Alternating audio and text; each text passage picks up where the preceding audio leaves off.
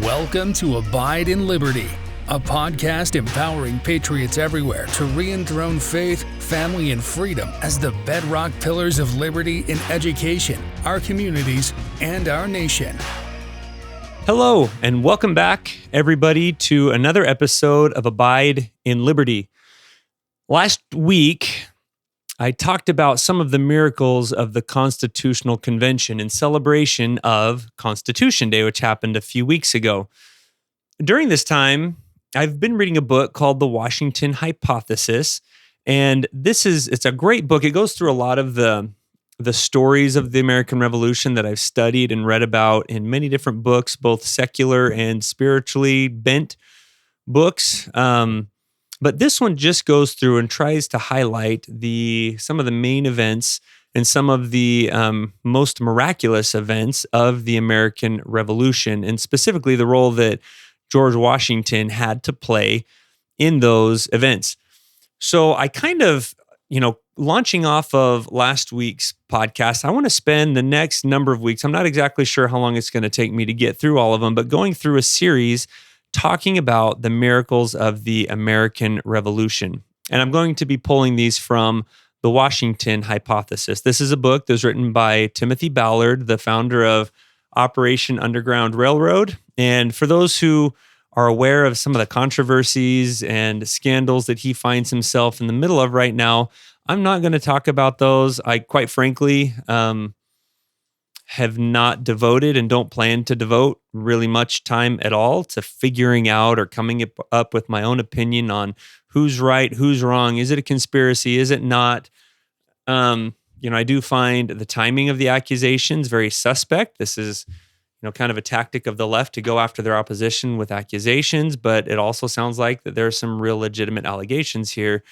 Time will tell what's right, what's wrong. The fact that this book was written by Timothy Ballard many years ago, that doesn't undermine its value in any way. As I've been going through this, like I said, these are historically accurate stories, and he is sharing truth, and he's sharing accurate interpretations of the role of God in those. So whether, these allegations that come out end up being true, kind of in a worst case scenario, to me, that's no reason to put the truths from this book aside. We don't stop learning about the incredible faith of young David slaying Goliath just because King David later messed up and made some very serious mistakes. So for me, worst case scenario, this is very similar. I'm not going to avoid something good that he did earlier in his life because of mistakes made later. So that's all I'm going to say about it.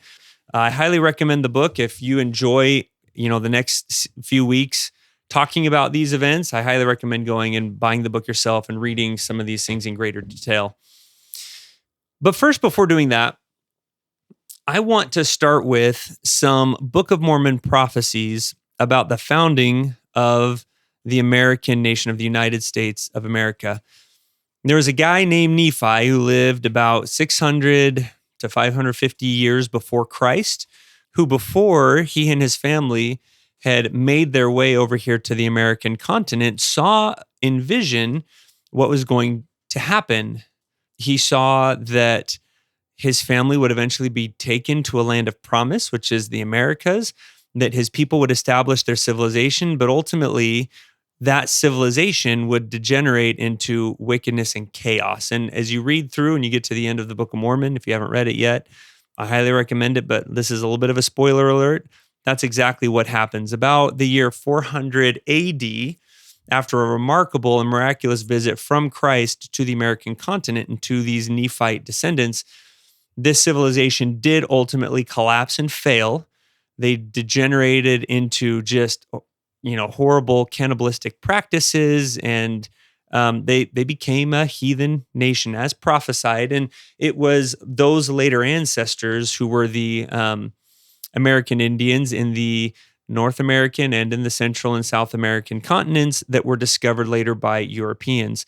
So Nephi saw all of this happening in vision, and he was actually shown what would happen to his posterity when those Europeans came.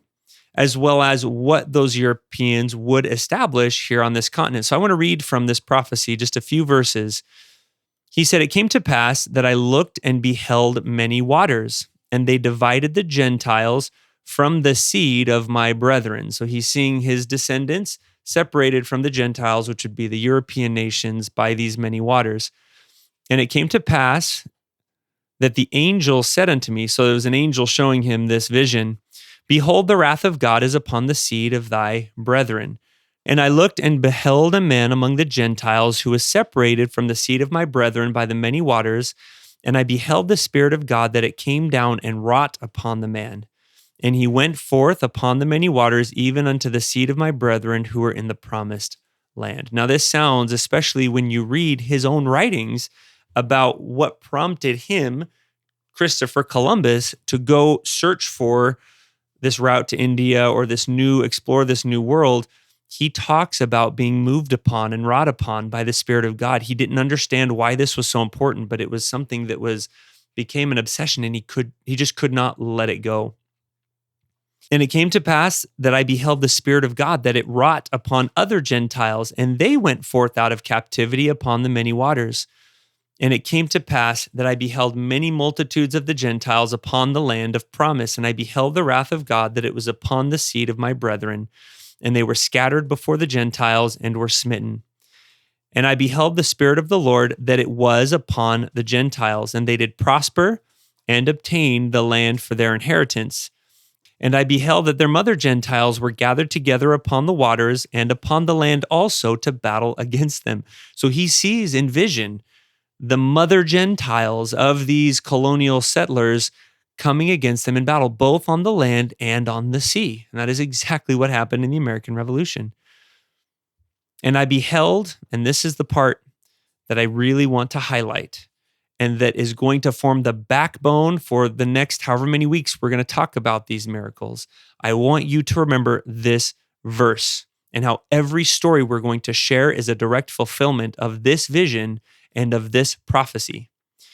"And I beheld that the power of God was with them, and also that the wrath of God was upon all those who were gathered together against them to battle. And I, Nephi, beheld that the Gentiles that had gone out of captivity were delivered by the power of God out of the hands of all other nations." Now, this is an important part to talk about something that Tim Ballard talks about in the Washington hypothesis, called the idea of a national covenant. And this is something that you find in the Book of Mormon all over the place. This is also something that you find in the Bible all over the place when it talks about the Jewish people and their land of inheritance. And it goes something like this. This is from 2 Nephi chapter 10, verses 19. It says, "For it is a choice land, saith God unto me, above all other lands. Wherefore I will have all men that dwell thereon, that they shall worship me, saith God." And then in another verse, this is chapter 1, verse 20 of the same book. "Inasmuch as ye shall keep my commandments, ye shall prosper in the land, but inasmuch as ye will not keep my commandments, ye shall be cut off from my presence." Now, this idea that these Gentiles that had gone forth out of captivity were delivered by the power of God out of the hands of all other nations, this is a concept that George Washington understood very well. This idea that if in these lands of promise, whether these are the Jews in Jerusalem and in Palestine, or if these are the Nephites and their descendants in the American continent, or the Gentiles who later inherited that land, that if they were righteous, they would be blessed, prospered, protected, even by miraculous means. And when they don't, they're left to their own power. And when you're left to your own power, it truly does matter then who is stronger than the other. The British Navy and the British Army by far were the superior fighting force. There was every reason to believe that they should have won. And had the early Americans not had God on their side, Great Britain would have won, undoubtedly. But because they were righteous, because they were in a position where God could intercede on their behalf, miraculous things happened. And against all odds, this great nation was formed to become free and prosperous, more than any other time in human history that we know of. Now, Washington may not have understood all of this using the term covenant, but he knew that righteousness would be visited with heavenly power, and it was.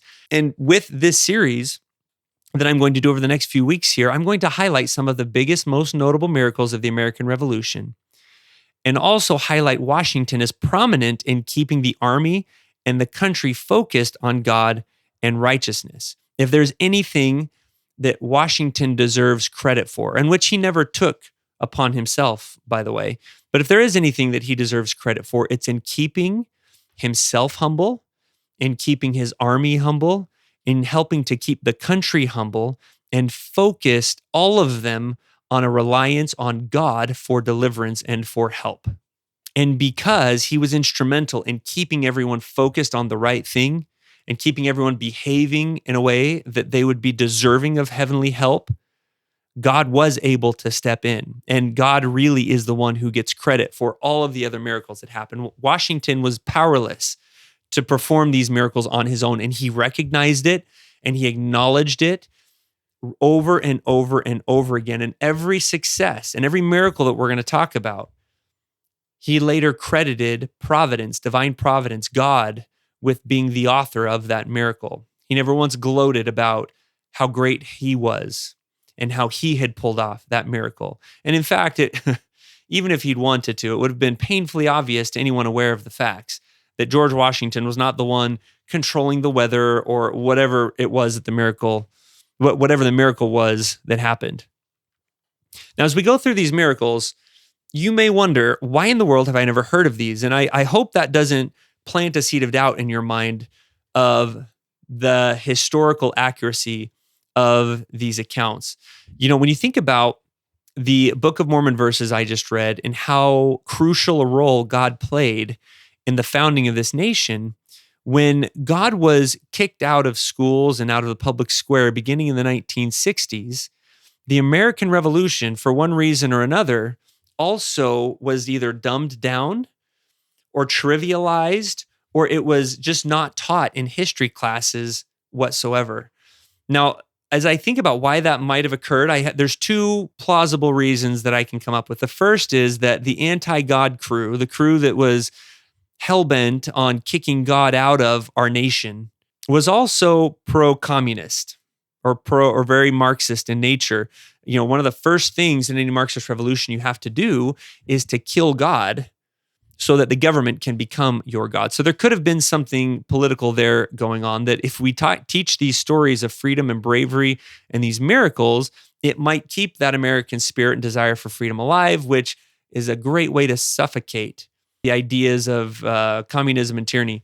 The other thought that I have, and this one makes even more sense to me, honestly, is that you simply cannot talk about the American Revolution without seeing God everywhere. It is simply impossible. And as you'll see over the coming weeks, there are too many coincidences, too many accidents, too many strange, sudden weather changes, too many like once in a lifetime or once in 100 years, sudden weather changes and weather events that came in just in the nick of time to rescue the revolution from the brink of disaster. And when you look at all of these things together, it's really hard for any scientific or secular mind to come to any conclusion other than that there was supernatural providential aid actively working, taking an active role in bringing the American Revolution to its victorious conclusion. But whatever the case, these events are well documented, they are true, and the idea that these events that we're going to talk about were orchestrated and supported by the God of heaven is also true and is supported by Scripture.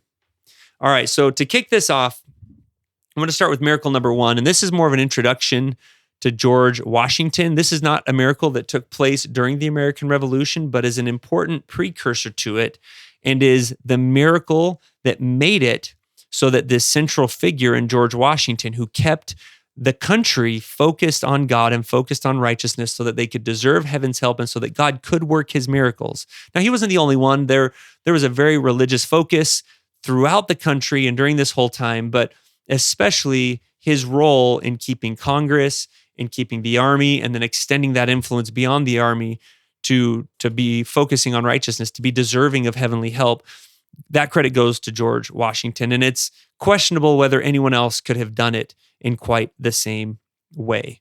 So this is a miracle that gave us this great leader and made sure that he was ready for this crucial role that he was going to play.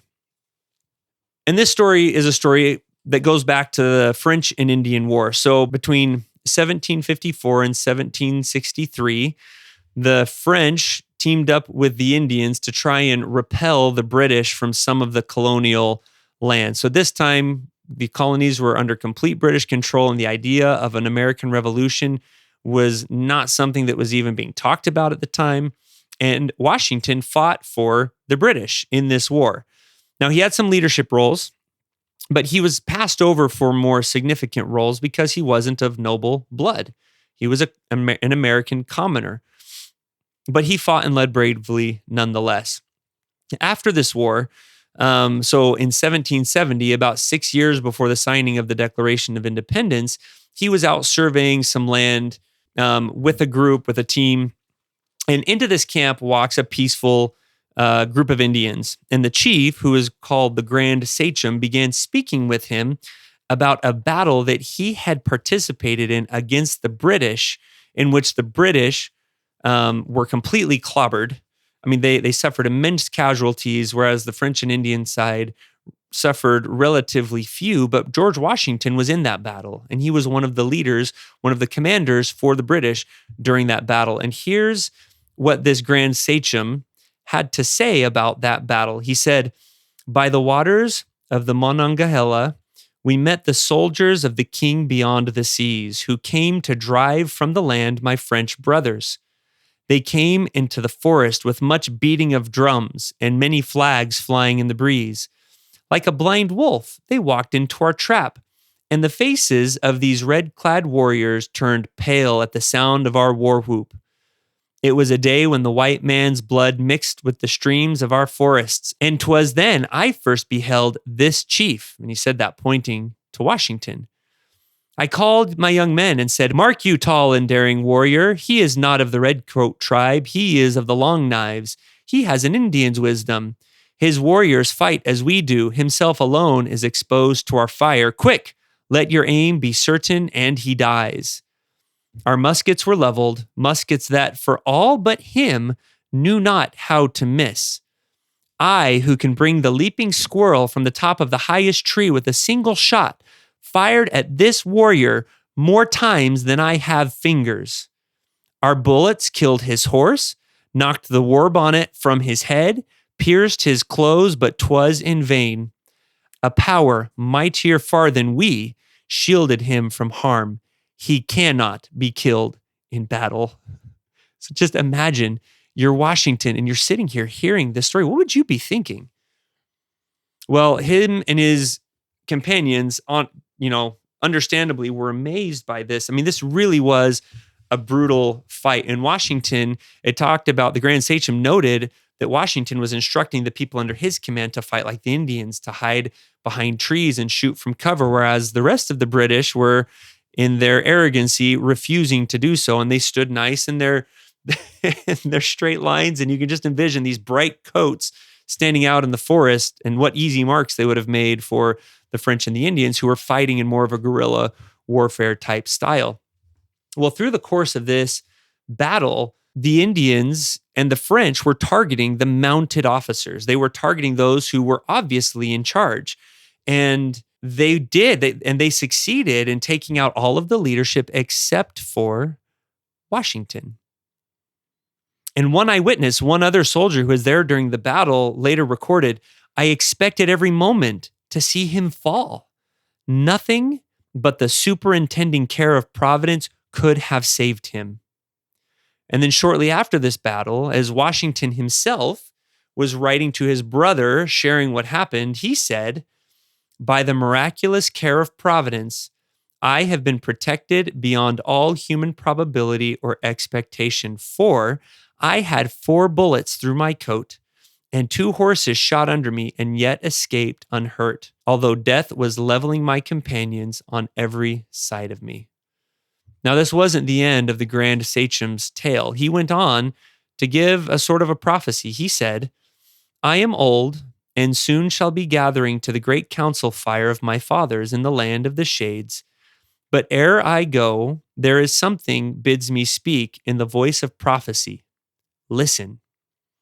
The Great Spirit protects that man, pointing to Washington, and guides his destinies. He will become the chief of many nations, and a people yet unborn will hail him as the founder of a mighty empire. I am come to pay homage to the man who is the particular favorite of heaven and who can never die in battle.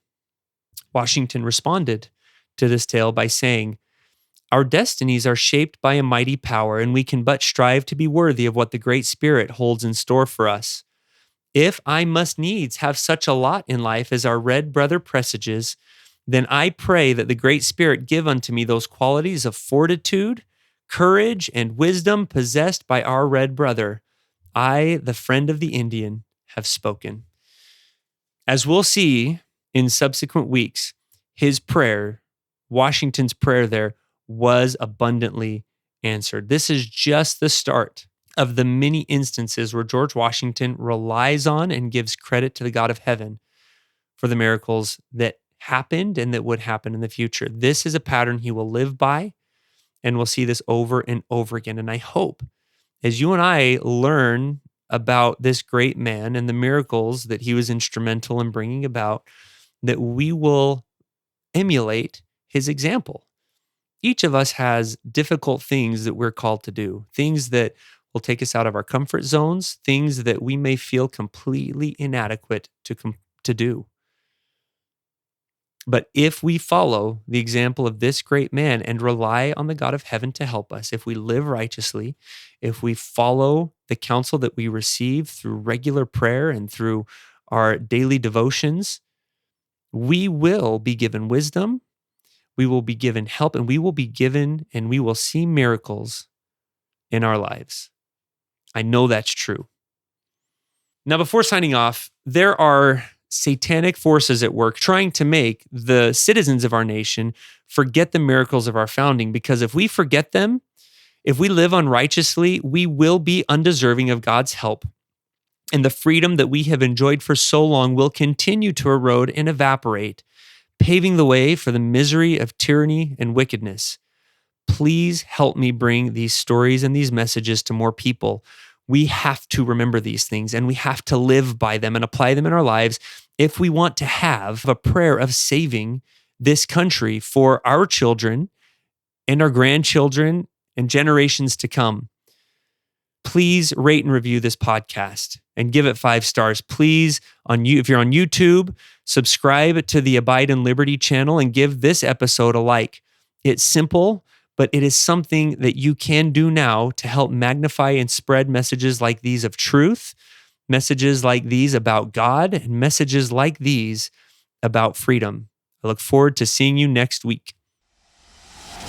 Thank you for listening to Abide in Liberty. Make sure you subscribe so you don't miss any future episodes, and share this with friends and family. In the meantime, keep up with the show online at abideinliberty.com.